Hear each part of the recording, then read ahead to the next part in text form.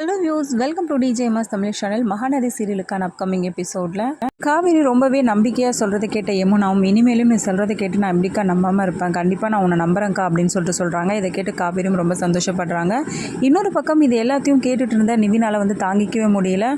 காவேரியோட மனசுக்குள்ளே நான் இல்லையா அப்படின்ற மாதிரி ரொம்பவே குழப்பம் அடைகிறாரு, மனசு வருத்தப்படுறாரு. ஒரு பக்கம் கங்கா குழப்பத்தில் இருக்காங்க. என்ன இந்த காவேரி இப்படி சொல்கிறாரு, எதுவும் நம்புற மாதிரி இல்லையா அப்படின்ற மாதிரி. அந்த சமயத்தில் குமரன் என்னாச்சு கங்கா, ஏன் ஒரு மாதிரியாக இருக்கா அப்படின்னு சொல்லிட்டு கேட்க, இல்லைங்க காவேரி சொன்னதை தான் நினச்சி பார்த்துட்ருக்கேன். எப்பவுமே ரெண்டு பேரும் எளியும் புண்ணியமாகவே இருப்பாங்க, ரெண்டு பேருக்கும் எப்படி ஒத்தே வராது, இந்த சமயத்தில் எப்படி காவேரி கூட யமுனா வெளியில் போயிருப்பா அப்படின்றது டவுட்டாகவே இருக்குங்க அப்படின்ற மாதிரி பேச, என்ன கங்கா நீ என்ன நினச்சிட்டு இருக்க, அப்போ காவேரியை நம்பாமல் இருக்கியா, அதான் சொல்கிறாள் காவேரி விஜய் தான் கூட்டிகிட்டு போனாருன்னு சொல்லிட்டு அவங்க பத்திரமா கூட்டிகிட்டு விடுவாங்க, நீ அதை நினச்சிட்டு இருக்க அப்படின்ற மாதிரி ஆறுதல் சொல்கிறாங்க. இந்த பக்கம் தூங்கி எழுந்த விஜய் என்ன பண்ணுறாரு, திடீர்னு ஃபோனை பார்க்குறாரு. ஃபோனை பார்த்தா காவேரி கிட்ட இருந்து நிறைய தடவை மிஸ்டு கால் வந்திருக்கு. என்ன காவேரி இத்தனை தடவை ஃபோன் பண்ணியிருக்காள், என்னாச்சுன்னு தெரியலன்னு சொல்லிட்டு ஃபோன் பண்ணுறாரு காவேரிக்கு. காவேரி அட்டன் பண்ணி பேசுகிறாங்க. அப்படின்னு ஸ்டார்ட் பண்ணி, எத்தனை தடவைங்க உங்களுக்கு கால் பண்ணுறது, ஏன் ஃபோனே எடுக்கல அப்படின்னு சொல்லிட்டு காவேரி கேட்க, என்னாச்சு காவேரி நான் கொஞ்சம் தூங்கிட்டு இருக்கேன் அப்படின்னு சொல்கிறாரு. காவேரி ஏதாவது பிரச்சனையா, இத்தனை தடவை கால் பண்ணியிருக்கே அப்படின்னு சொல்லிட்டு விஜயம் கேட்க, ஆமாங்க உடனடியாக அந்த ஹாஸ்பிட்டலுக்கு வரீங்களா அப்படின்னு சொல்லிட்டு கேட்க, ஏன் என்னாச்சு காவேரி உனக்கு உடம்பு ஏதாவது சரியில்லையோ அப்படின்னு சொல்லிட்டு விஜய் கேட்க, நீங்கள் ஃபஸ்ட்டு கிளம்பி வாங்க, நான் வந்ததுக்கு அப்புறமா சொல்கிறேன் அப்படின்றாங்க காவேரி.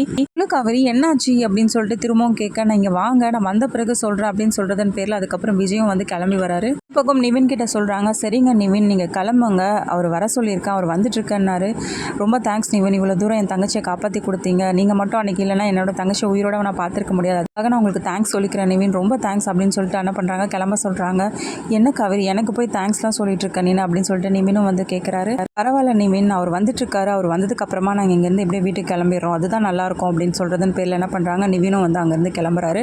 அடுத்ததாக போலீஸ் விசாரிக்கிறதுக்காக வந்திருக்காங்க. அதனாலம்மா நீங்கள் மருந்து சாப்பிட்டீங்க அப்படின்னு சொல்லிட்டு விசாரணை பண்ணுறாங்க யமுனா கிட்ட. யமுனாவில் எதுவும் சொல்ல முடியாமல் தயக்கத்திலே இருக்காங்க. இன்னொரு பக்கம் காவேரி எதுக்குங்க அதெல்லாம் என் தங்கச்சி தான் நல்லபடியாக வந்துட்டாலே, அப்புறம் எதுக்காக அப்படின்னு சொல்லிட்டு இதுதான் ஃபார்மாலிட்டிஸ் எல்லாம் பண்ணி தான் ஆகணும் அப்படின்னு சொல்லிட்டு விசாரிச்சுட்டு இருக்காங்க. காவேரி ரொம்பவே பயத்தோட இருக்காங்க. அந்த சமயத்தில் விஜய் வந்துடுற ஹாஸ்பிட்டலுக்கு பார்த்ததும் ரொம்பவே பயந்து போயிருந்த காவேரி போயிட்டு அணைச்சிக்கிறாங்க.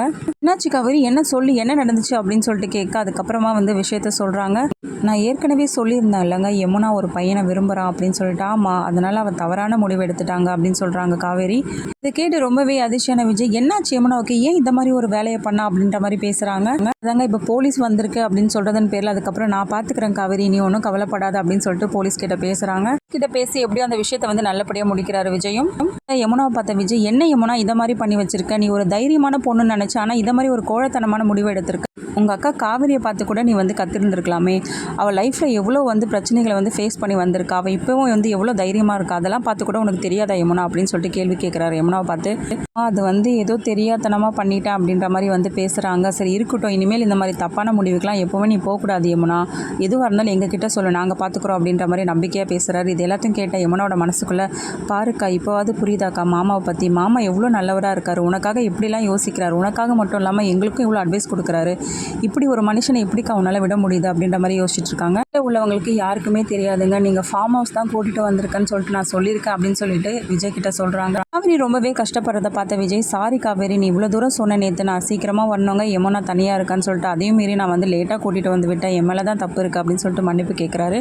என்னங்க நீங்கள் போய் என்கிட்ட சாரிலாம் கேட்டுட்டு இருக்கீங்க, அதெல்லாம் ஒன்றும் பிரச்சனை இல்லை, அவன் நல்லபடியாக வீட்டுக்கு கூட்டிகிட்டு போனோங்க, அதுதான் இப்போ முக்கியம் அப்படின்ற மாதிரி பேசுகிறாங்க. அதன் மூலியமாக என்ன பண்ணுறாங்க, விஜய் யமுனாவை கூட்டிட்டு அதுக்கப்புறம் காவேரியோட வீட்டுக்கு போகிறாங்க. 3 பேரும் வரதை ராகினி பார்த்துட்டு இருக்காங்க. என்ன இது காவேரி நைட்டில் அவசரமாக போனால் இப்போ 3 பேரும் ஒன்றா நிற்கிறாங்களே, இதில் ஏதோ ஒரு விஷயம் அடங்கியிருக்கு, இது என்னன்னு தான் கண்டுபிடிக்கணும் அப்படின்றாங்க ராகினி மனசுக்குள்ள. இந்த வாரத்திற்கான ப்ரோமோவை முடிச்சிருக்காங்க.